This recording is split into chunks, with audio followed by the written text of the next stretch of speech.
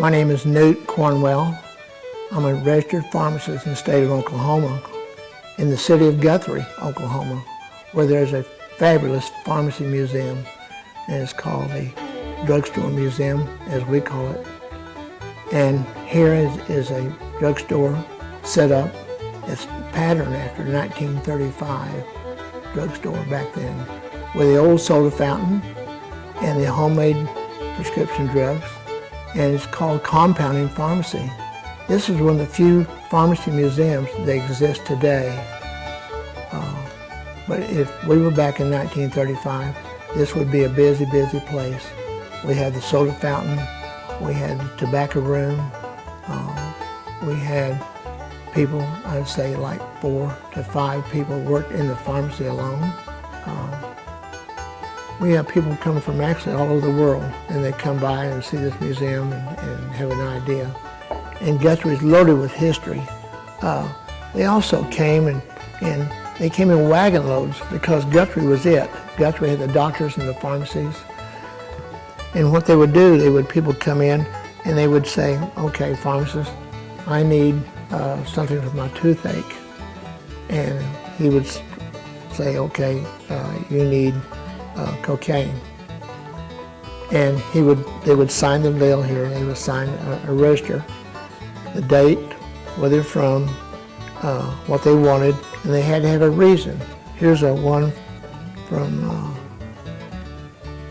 Pittsburgh River, Oklahoma, and he bought cocaine. His name was Wallace, and he gave a reason. He had a habit, and he was here almost every month. This is a laboratory of the pharmacy main parlor. This is a pharmacy that made everything except what they could buy over-the-counter stuff. But they could take care of 10,000 people with this pharmacy. And these powders, they said at the time they could do it. They had all. They had potassium for strength. They had cough syrups. They determined how to do it with codeine syrups. This is a red bone marrow for iron. They mixed it up and they mixed the flavor for it. We had mosquito liquid to prevent mosquitoes put on you at the time. We had tooth powders, we could make that.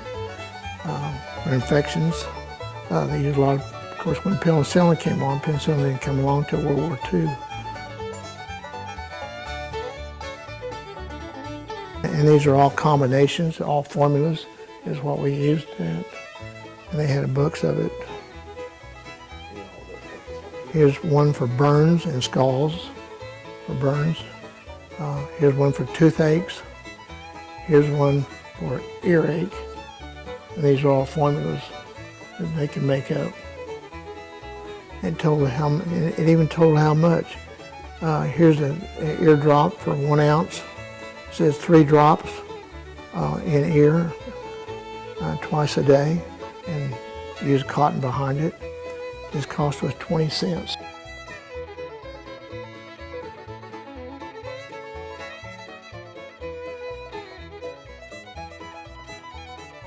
A lot of the soda pop that were made today, the Coca-Cola, the Dr. Pepper, root beer, sarsaparilla, all have come to, they were made for a reason, and what they were made for was for medicine.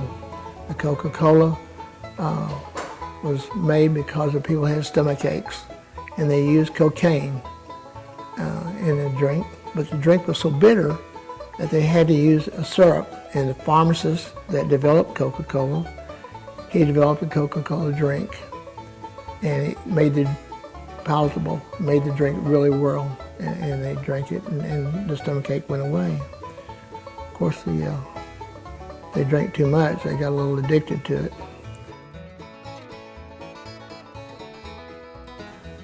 Pharmacists played a big part of the history of Oklahoma, and all over the world for that matter. So Guthrie has all this history. We have all the papers, we have all the different drugs like cocaine and a lot of narcotics here.